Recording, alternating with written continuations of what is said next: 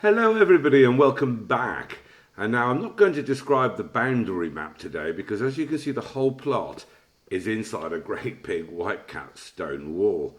But we are going to get straight into the location details. So 24 minutes to the World Heritage Site of Tomar, 39 minutes to Coimbra, which is Portugal's third city, 15 minutes to the fabulous river beaches, or the lakes as we often refer them to, and 1 hour and 25 minutes to Lisbon Airport. So location wise, it's really quite central. Back to the property. As you can see, it's a large parcel of extremely fertile, well irrigated land. We were talking to one of the local chaps a little bit earlier and he was telling us that you can literally grow anything here. You could easily live self-sufficiently and off-grid. Of course, you would utilise solar panels and all the latest technology, but there's potentially an exciting twist to this, and I've got a bit of a fantasy going on. Now, I'm not an engineer, so I'm not entirely sure how viable it is, but when we get down there, we're going to discuss a few possibilities. But the first thing to realise is you really could live here in a very low impact way, and to have a stone walled property of this size. And those stone walls could be made to look even prettier. And quite frankly, they already look fantastic. Now, at the very minimum, you can join up these two stone buildings that are coming into view.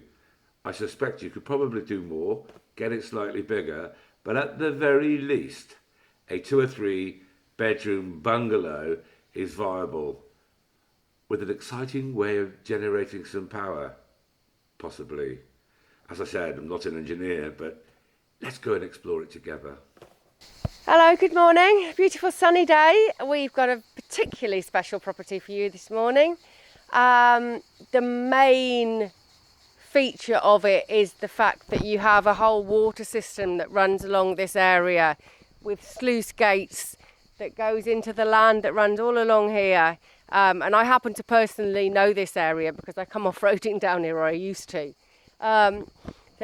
The properties behind me, you can see what they've started to do. I mean, just this wall, that hasn't got the cap on it. Okay, this is taller here, but all the rest of the way around, it's a big stone wall, which clearly has quite recently been capped with concrete, and there's more pillars gone in. I mean, just that in itself is a lot of money and a lot of work.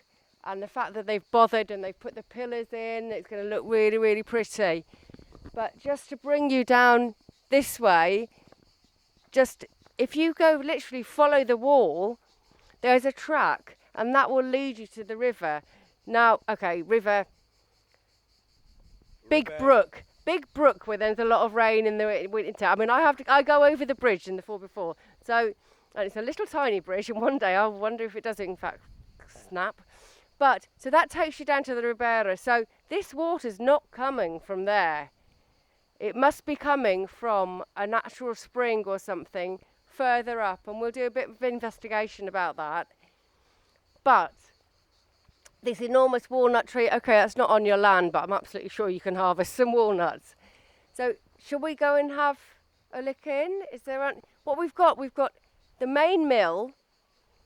And you'll be able to see most of the bits for it are in there. And then next to it was another building. Now, actually, the sound of the water, this sluice system, it's always intrigued me. And I think we'll show you some of the properties later on that also use it. But what we're wondering now, because this goes directly into, or it did do, on the other side of the wall now, it's been blocked off because obviously the house is in a semi-ruined state. But it went directly into the mill underneath, and you can still see, we'll show you where that went in. And we're wondering whether, particularly in the winter time, when this would be running with a lot more pressure behind it, whether it would actually be enough to generate some sort of power, which could be an interesting concept, along with the whole idea that you can actually be self-sufficient here because you've got running water all year round. As you'll all have heard me say, my hearing's not very good.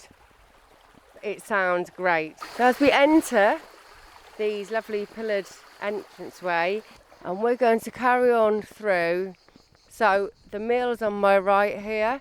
And what you can see in front of you is, I mean, basically he's got a whole permaculture thing going on. Or maybe not permaculture, but he's got so much, I mean, so many courgettes, I don't know what you do with them.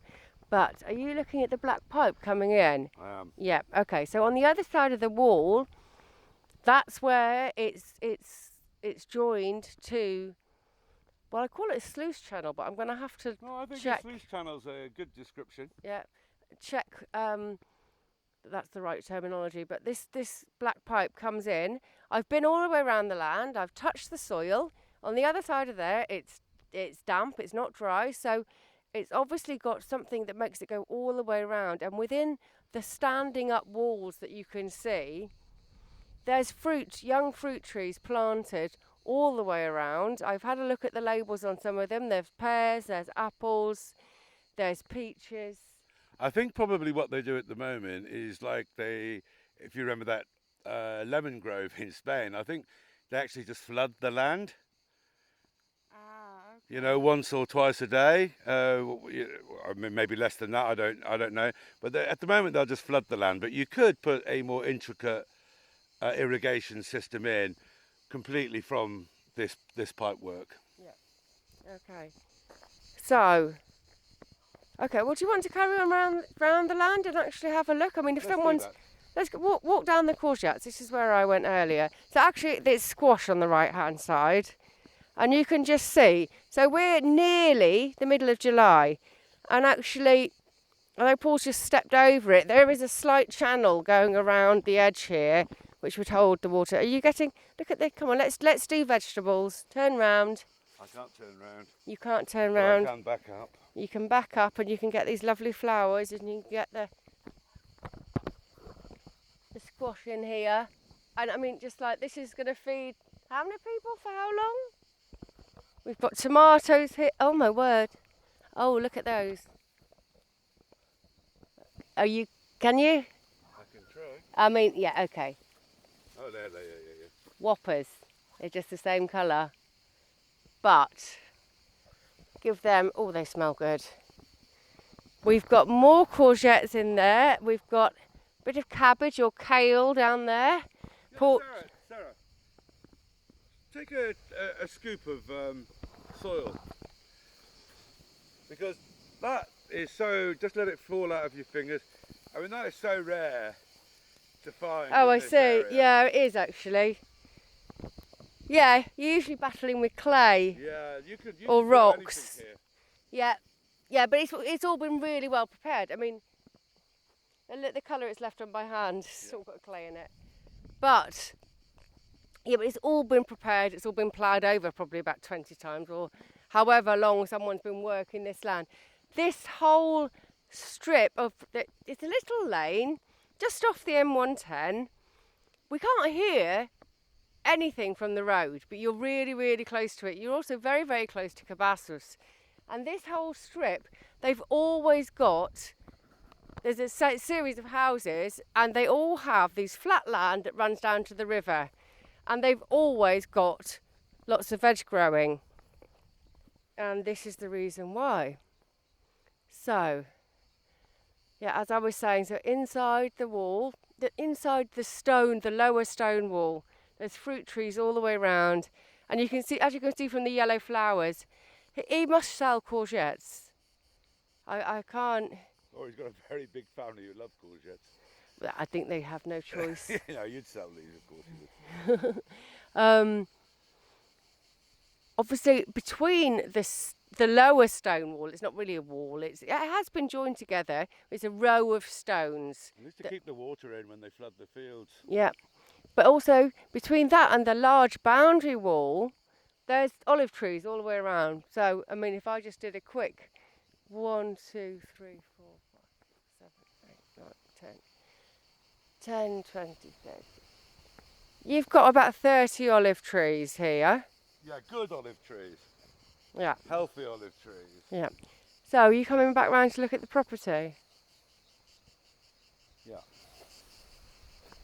Okay, now, Paul's already fallen into the sluice once, so we're going to try and attempt to get you into the lower part of the building without him falling into that as well. I mean, actually, this is amazing, something I've just thought of.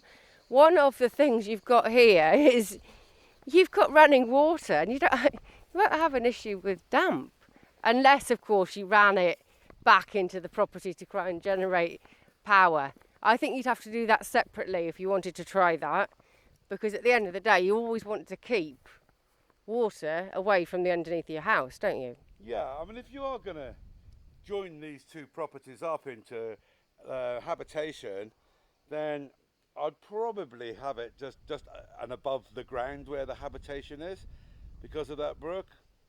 I wouldn't try to use the subterranean part as habitation. Mm-hmm.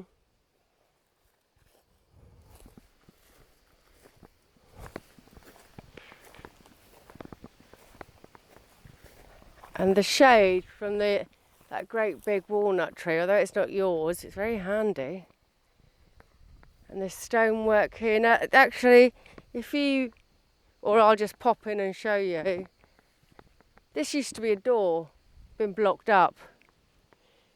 Generally speaking, that would mean you could open it again. Here, everyone's so short. Look, or they just never went in. These are old, where the beams used to come. I mean, you literally have to be 2 foot tall. Only the goat and a very friendly shepherd who really likes to hang out with his goats goes in there. Okay, from the other side it might be completely different. You've got here, I'm sorry to bring you back again, but you've missed, there's 2 of these. Okay, so there. Gate posts. Ta-da! And there's one on the other side, here behind you. And these are the old, as Paul's saying, gate posts. And there'd be a fence and you'd be a pillar going in and it would swivel. Okay. Watch out, Brox.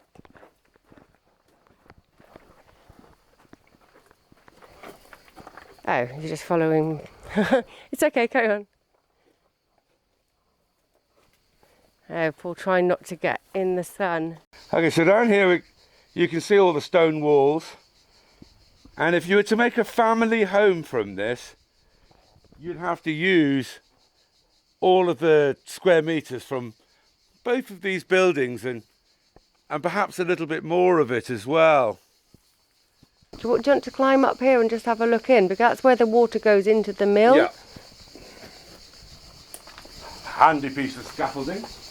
Handy piece of scaffolding. I'm assuming that's what it's there for. Maybe not. So, obviously I can't see what Paul's looking at. I can try and get up there. But yeah, the hole there that you can see in the wall, you'll have seen that from the other side, and that's basically your sluice in. So you'd run a channel through here if you wanted to, possibly generate some power. I'm not an engineer. I don't know how much power you could generate, but certainly charge your batteries overnight, trickle charge your batteries overnight if you're doing that whole off-grid experience. Maybe possibly even that back wall, which is actually a boundary wall, but it is a big solid stone wall. Now the picture quality may not be great here because I'm facing the sun, but I've really got no choice. here I am demonstrating balancing on some nice big stones, but again you've got these 2. I don't know whether they would have been, I mean they're very high up, aren't they, to be doors. Sometimes they would have just been used, they'd have tied the animals, it would have a rope to it. But there's one just opposite here as well. And then you can see the big cornerstones of that building. Yeah, but put your hand through to show the hand carved holes that are in the.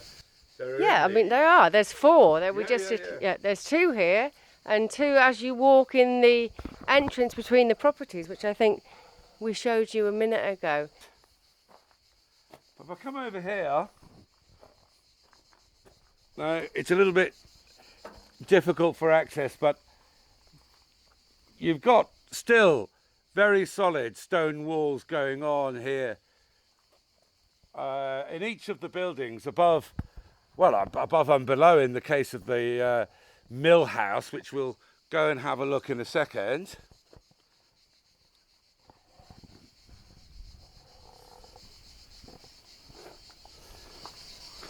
So this is basically what you've got building wise. We'll explain the little sluice area in a moment.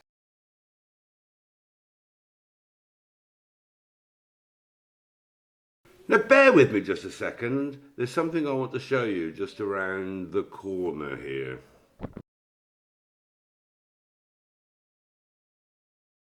Now this is the entranceway into the mill itself. This is where all the action would have taken place. This is where the water comes in and drives the wheel, and above that there would have been the millstones themselves to grind whatever it was they were grinding. Maize, I imagine, mostly. But I mean, you can see underneath. This is where I'm having a bit of a fantasy about generating some power, even if it was just overnight trickle charging your batteries. And although Sarah's not entirely agreeing with me, I mean, I think the main thing about this place was for somebody who really wants to live off-grid or low impact. Oh, Sarah's just pointed out some of the really old-fashioned lintels, more or less natural and maybe just a little bit split. Now, there's early 20th century security if ever you've seen it. I mean, you know, if you go inside there, you'd feel you were in a jail. You know, one of those jails that was started with a G. You know, really old-fashioned sort of dungeon outlook. And yeah, up at the top, you've got a window with dressed stone lintels. You know, that's a much more modern. Maybe that was added later. I've no idea of the age of this at all.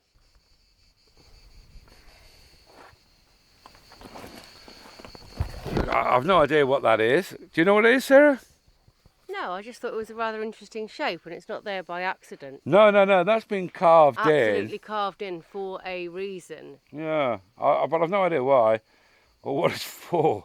I mean, just slightly above. Its shape suggests that it was to hold something. You'd slot it in, and then you wouldn't be able to pull it out. Yeah. But I mean, that actual stone could have been used somewhere else at some point, you know, and then used later as a step. Who knows? I mean, it's just stop there. I know it's old, but you can see that's the actual wheel. The remnants. The rusty sort of. Yeah. Look. Yeah, remnants of the. Oh God! Even just that piece is really quite heavy. Well, it'd have to be. Wow. That surprised me. A lot of torque goes through those old wheels, and especially when you've got a wheel that big. So now we're just about to show you the wall that adjoins the little cottage that didn't have the mill in it. Now I believe this cottage used to be used as a home for the people working the mill, and you can see that doorway that I mentioned. It's been blocked up and just left with a little square open earlier. But as Paul goes round, I'm wondering, obviously this would require planning, and if you want to join the two properties together, this is a project.